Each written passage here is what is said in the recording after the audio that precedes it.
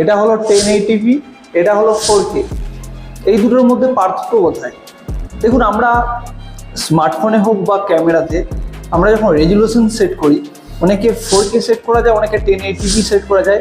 আমরা জানি 1080p মানে এইচডি আর 4K মানে আলট্রা এইচডি 4K। তো এইটা আমরা জানি, কিন্তু এর পিক্সেল কীরকম কাজ করে বা এর কতটা পিক্সেল দেখে আজকে আমি টোটালটা এক্সপ্লেন করবো।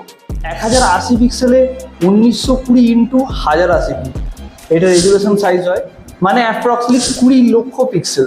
মানে এটা খুব কম স্টোরেজ নেয় আর আপলোডের সময় খুব কম ইন্টারনেট খরচ করে। আর এর মধ্যে কিন্তু ভিডিও এডিটিং খুবই স্মুথনেস হয়।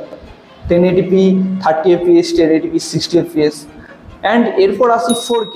এর রেজুলেশন 3840 ইন্টু 2160, প্রায় 83 লক্ষ পিক্সেল হয়।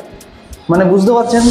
আর এর জন্য প্রচুর স্টোরেজের দরকার হয়, প্লাস ইন্টারনেট বেশি খরচ হয় আপলোডের সময়। মানে এডিটিং যখন করি তখন খুব হাই রেজুলেশন এডিটিং হয়, এক্সপোর্ট হয়। আমরা যখন 4K রেজুলেশনে কোনো ভিডিও এক্সপোর্ট করি খুব হাই গ্রাফিক্সে এক্সপোর্ট হয়।